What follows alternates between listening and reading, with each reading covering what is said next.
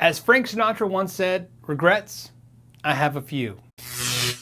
Today's video is going to be 10 pieces of gear that I reviewed that I regret getting rid of. This was requested by you guys after I did the 10 pieces of gear that I still love video. If you haven't seen that video, you can click the link down below. Obviously, just like the last video, I'm not going to be talking about any gear reviewed in the year 2021 this year because it's still fresh and new.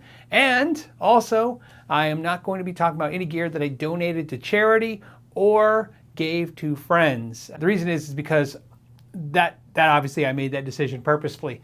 This is about gear that, like a lot of us, you thought you didn't want, you thought you didn't need, you got rid of, and now you're kind of thinking you made a mistake.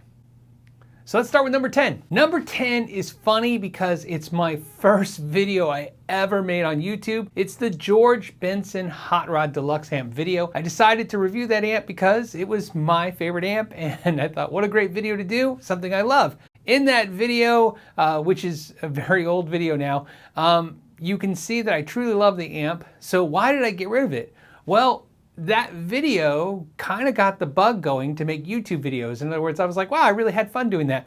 And so I started making a couple others. And if you decide making YouTube videos, you will discover very quickly that it's a really hard thing to do.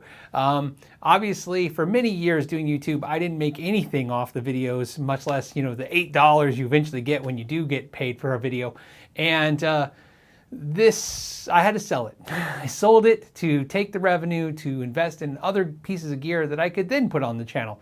And I've thought about buying it again. I don't know why I don't, but it's a great piece of gear and I really, really, really miss it. I think about that amp a lot. Number 9 was my Victory RD1. That's the Rob Chapman amp that is one of my favorite amps. I feel like I could just plug in that amp and get any sound I wanted. It was really straightforward. It was just 3 knobs. It sounded great. So why did I get rid of it? It was because at that time I was a Victory dealer and I reviewed a bunch of the amps. I bought every single amp from Victory that I reviewed on the channel, and I had a pretty bad experience with Victory as a customer, and after that experience I decided to sell my Victory amps. That happens a lot of times. You go, hey, I don't know if I want to support this brand since they don't seem to be very supportive of their customers, and I made the decision to sell it. That brings me to number 8, and it's actually a cascading effect. This is actually a bigger regret, and I'll go into that. This is the Paul Reed Smith 594 McCarty. This guitar was a guitar that was loaned to me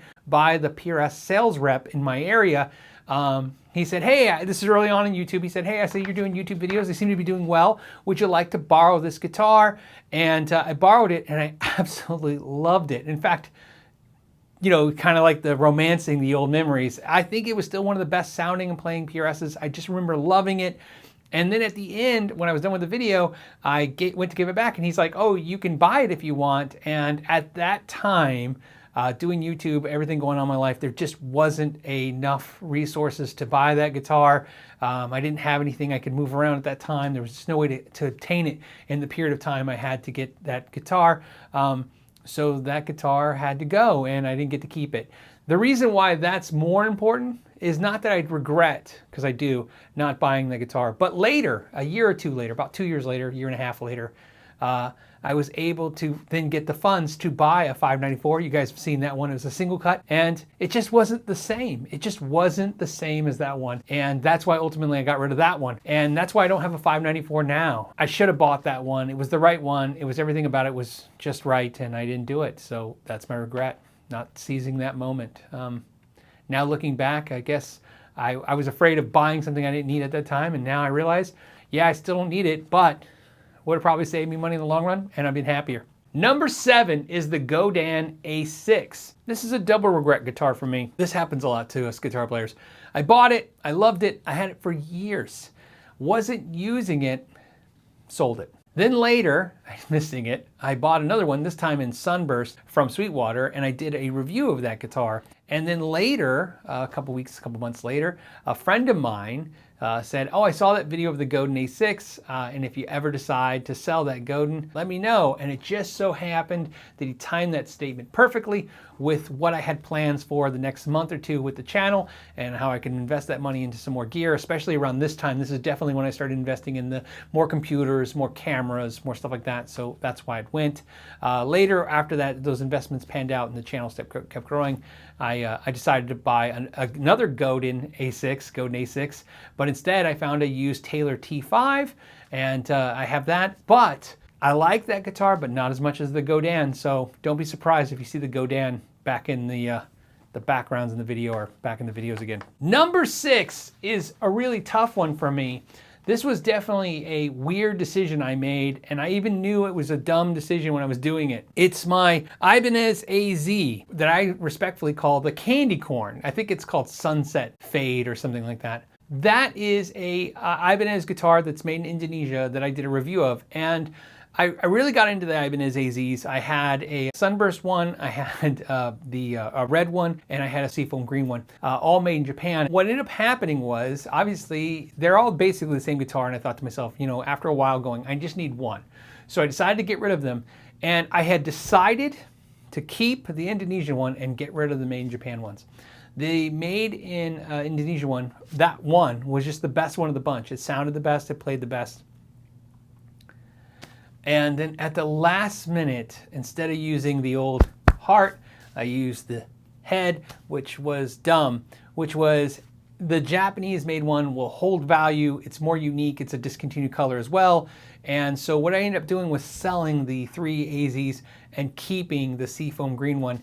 And I regret that. I haven't played the seafoam green one since selling the AZs. And I really know for a fact I would be playing the Sunset one if I still had it. That happens sometimes when you love a Made in Mexico Strat and it's the best one, and then at the last minute you keep the Made in America one and sell off the Made in Mexico one. That happens to a lot of players too. Same logic. I kept the one that I thought was perceivably the better value one, even though the other one was more magic, I should say, in the way it plays and sound, and I now regret that. Number 5 is the Tajima Jet Blues. Now I did some videos with Marty Schwartz from Marty's Music. He asked me to come down to San Diego. We did a bunch of videos, and one of the videos that was really funny, and I'll tell you the backstory too, is that we went to go to a Guitar Center to do a video of what is the best guitar for a beginner to buy for about 200 bucks. And his team, he has a team of people, and they contacted Guitar Center, and Guitar Center said that they don't allow filming in the stores, and they weren't going to let us there. What happened was Marty remembered this music store, the small mom and pop music store, Carlsbad Music. He called them and they said, come down here. When we went there, they had only a few brands, and one of them was Tajima, and I had seen Tajimas before. So he walked in and he's like, I don't know what we're going to pick. And I said, oh, actually, these Tajimas are great. So we tried a Tajima. That guitar was so good in that video, so you know, not only later did I do a Sharpen My Axe video of that guitar, Marty ended up keeping it. I think he still plays that guitar, I'm not sure. But I think he still has it and plays it. And it's a $199 guitar, it was great. When I came back from San Diego, I was so excited, so stoked on the Tajima brand. I bought this Tajima Jet Blues in green, semi-hollow, and it was a fantastic guitar. I loved it, and it was a great price. I think I was into it for $400 or $500, something like that, made in Brazil. And what happened was, same as always. I got to a point where I was like, well, I have a couple hollow bodies, and I'm going to go ahead and let go of some guitars to fund the channel. And that one was one I regret. I since picked one up, not physically bought it, but picked it up and played one. There was a natural one, and it just wasn't the same as that green one. And I regret letting that green one go. That was a great guitar. Number 4 is a guitar from a video where I do this from time to time, where you guys request things like, hey, you know, Reverend Guitars, other brands that these brands don't send any products out to the channel, or they don't interact with me any, and so we still want to get them on the channel because it's a guitar channel. What ended up happening was there was a bunch of brands you guys brought up, and I saw the opportunity, so I bought them. And I bought a Vola guitar, I bought a Nags guitar, and I bought a Kiesel guitar. It was my first Kiesel, first Nags, and first Vola I ever bought. And of the 3, I liked the Kiesel Vader the most. That was the one I liked the most. And I had no intention to keep any one of those guitars. I just bought those guitars to make make the video, and then sell the guitars and then churn the money back into the channel. And what ended up happening was I really liked the Vader. I don't know what it was. It's just something that speaks to me. I still have that Vader, so obviously no regrets there. So the regret's obviously not the Kiesel. So what was it? It was the Nag. I sold the Nags because it was, you know, I had to churn the money. And after I sold that Nags, I really missed that guitar. I really enjoyed the guitar. And I cannot find one for the price that I paid for it and sold it for. So I sold it for basically what I paid for it. And yeah, you can't find them for that price. And I've been looking. So missed that Nags a lot, definitely. In fact, at some point, I almost made a crazier decision, which I'm actually thinking might have been the right decision. I was actually thinking about keeping that Nags and selling off my PRS Mira, which is a guitar I've had forever and I love. And that's kind of why I didn't do it. There was some sentimental attachment to having the Mira for a long time, but deep down when I was playing them every day, that Nags was just I liked it more.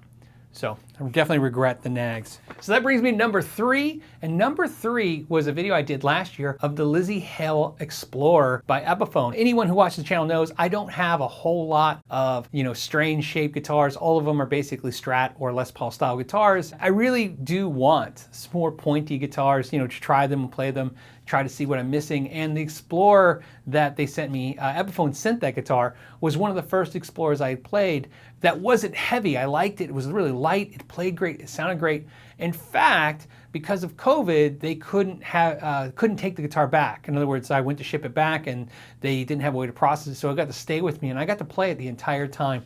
And I really loved that guitar, so much so that when it left, before it even left, I was trying to find one online to buy and I couldn't find one. This is the height of COVID guitar sales, and of course doing the video, put some promotion on it, and of course they sold out.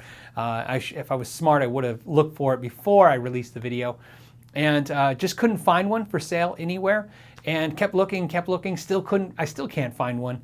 And what I ended up doing was the only thing I was able to do was a few months ago, earlier this year, I did buy a used Gibson White Flying V. It's in my guitar collection video if you want to see that guitar. I bought that guitar because it's the closest thing I could find in the price I could allot for that. Number dos is the Charvel Sandemus. I call it Road Flare Red. I forgot what they call it. But it's Road Flare Red. It's fluorescent orange. I had no idea what I had, so you know. It was super light. It was like 7 pounds, 2 ounces. It played like a dream. It was early on in the channel. Again, same thing, trying to churn some products to get some money to fund other videos. I have an RG550 in the same color, and really what it came down to one day was I can only keep one. Which one do I keep? And I kept the Ibanez, and the problem is not only I regret getting rid of the guitar, I can't even find one, not even like it anymore, much less in good condition, and that light, and it's tough, man. That was a killer guitar. It sounded killer. It was great. There's reasons why sometimes you see I won't get rid of certain guitars now. Even if I'm not using them, I just know I've learned from the regrets. That was definitely a guitar I regretted a lot. If you guys follow the channel for any length of time, you'll know that after that guitar was gone, there was the yellow one, and that's what the yellow one was. I bought the yellow one after I regretted the orange one, and it just wasn't the same, so that's what's gone. I don't regret the yellow one. I definitely regret the orange one. Number 1 was the Heritage H155M. This was a hollow body guitar. I don't know how, but the channel early on got the eyes of Heritage guitars. They reached out to the channel and said, hey, would you like to check out some Heritage guitars? And I was absolutely excited. I had never played Heritage before. I'd heard things, you know, like a lot of players, I was looking for something Gibson-like that's not Gibson, because sometimes that's unique and interesting. They sent this guitar, and man, was it great. It was a fantastic guitar. In fact, when they sent the email for it to come back, because that was about the day after. I think they emailed me the day after I did the video. Once it released, that's usually how it works. Once the video releases, the companies are like, okay, send it back. I just didn't know. I was too new on the YouTube circuit to know that you could say, hey, could I buy this? That guitar had already been at like RNA Music. It had been, I guess they'd use it at the NAMM show. It's obviously some kind of marketing demo guitar.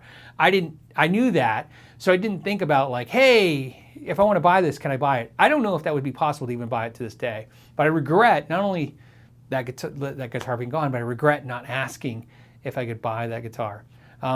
The Heritage guys, I actually bumped into them after I did that video. They actually stopped me at an NAMM show. They physically grabbed me and said, hey, Phil, that video did great. And they said, you know, we need to work together some more and get some more guitars to you. And I was like, yes. And that was last time I think I ever heard from the Heritage guys. I think I've emailed them a couple times and never heard back. This is a good time to mention that this happened right before 14 of the 16 Heritage employees walked off the job. So I'm sure that's what happened. But still very sad. That's my list. I hope you guys enjoyed it. As always, I want to thank you guys for hanging out, watching the video to the end. It really means a lot to me.